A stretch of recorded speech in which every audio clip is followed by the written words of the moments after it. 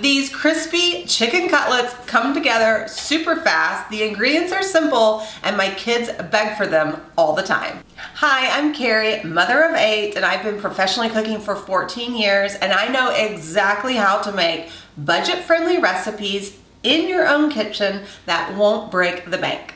Chicken cutlets have been going viral. Everybody's making them, so I had to give you a spin on it. My personal spin that's budget-friendly, even easier, and packed with so much more flavor. You can find the full recipe linked in the description, as well as everything else that we're using in this video today. Let's get cooking. First up, you need 2 pounds of boneless, skinless chicken breasts. Can you do chicken thighs? Sure, I haven't tried it, but as long as they're boneless and skinless, I think it'll work great. It's about 4 chicken breasts. The first thing that we're gonna do is we're gonna actually fillet every single chicken breast. That's what makes this so juicy and so fast, is because we're making them super thin so they cook in minutes. To fillet the chicken, just press your hand right on top, use a large knife or a fillet knife, and just run your knife through it so you have 2 thinly sliced pieces. And we're going to do this for every single chicken breast. Now you're just gonna take all those thin strips and lay them out on your board, and we're going to use a meat mallet and some saran wrap. I actually just ran out of saran wrap, so I'm going to use a plastic bag. You can put the chicken in the bag, or you can just lay it right on top. So what we're going to do is take the meat mallet. You can do the soft side or the pokey side. I prefer to actually do the soft side. And we're just flattening that chicken so it's all evenly one size, so it cooks really fast.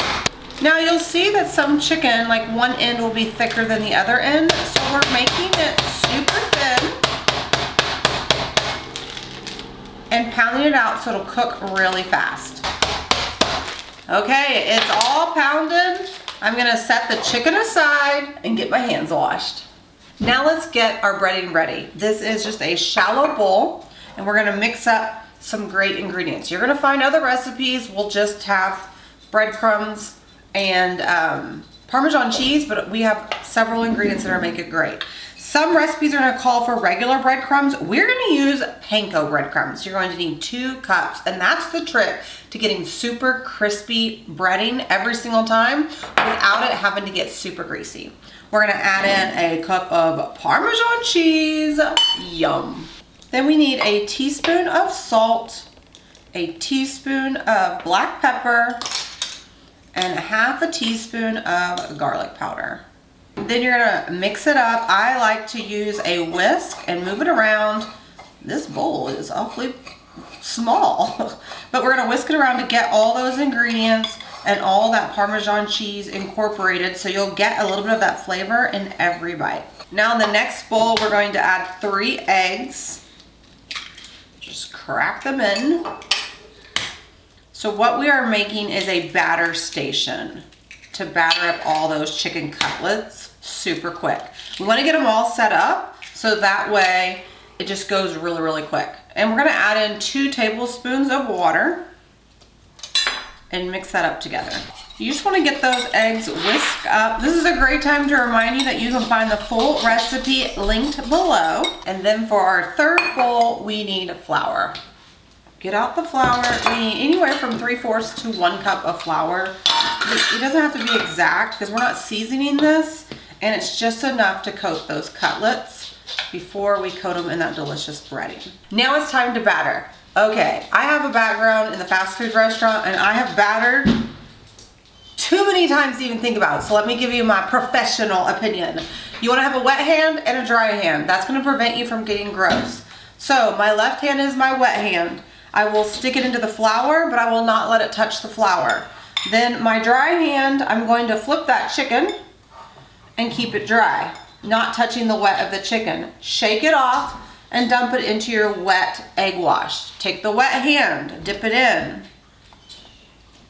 pull it out, let it drip, and then stick it into that yummy breadcrumb. I take some breadcrumbs and put it on top so that way I can flip it and get it in there good. Now this one you're gonna have to probably flip a few times to make sure you get everything coated.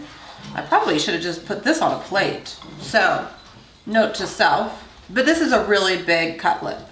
This piece is. Shake it off and then put it on your plate. See how easy it is? And look, my hands, you're not getting those big old clumps. Okay, so first you dip it into the flour, shake the excess flour off. That's really important.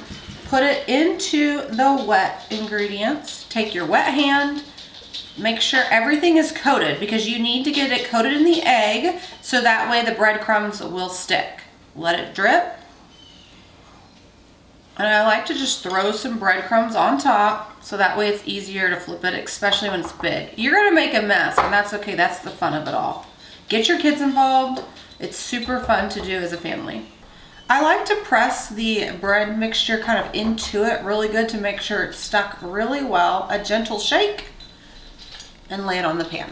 Everything is battered. I've got my hands clean, countertops clean. Let's head to the skillet. Now in a large skillet, we're gonna go ahead and heat up olive oil. What I'm gonna do is drizzle the olive oil into the pan until it coats the bottom of the pan.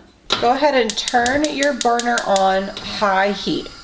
Let's heat this oil up until it's about 350 degrees. So you wanna use like a meat, I suggest, you don't have to, using a meat thermometer to test it to get to 350. Now mine actually got really hot really quick, and so then I had to remove it from the pan. So make sure once you get close to your temperature, about 300, you turn that heat down to medium so that way it won't get overcooked. Then you're going to place the chicken cutlets straight in. See the sizzle? That means it's nice and hot, and that's what's important.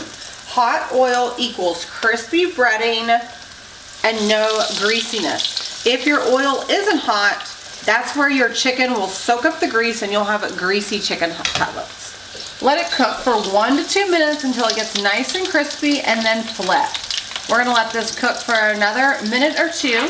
Now you can use a meat thermometer to make sure it reaches 165 degrees, but these cook really fast. Look how beautiful they are.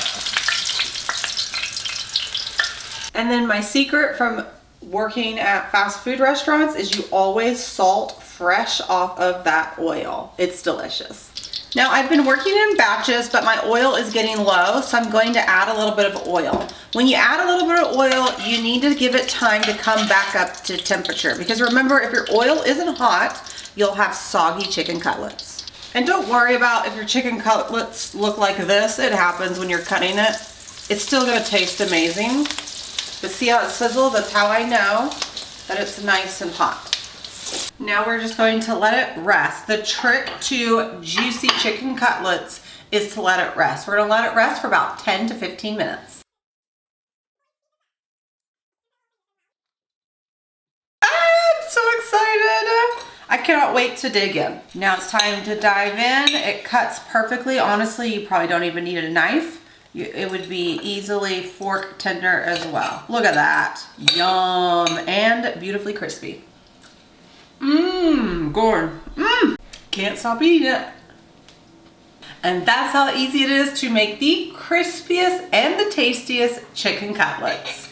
Friends, thanks so much for joining me. Remember, you can grab the full recipe in the description, and I'll see you next time. But in the meantime, you're gonna wanna check out this other easy recipe.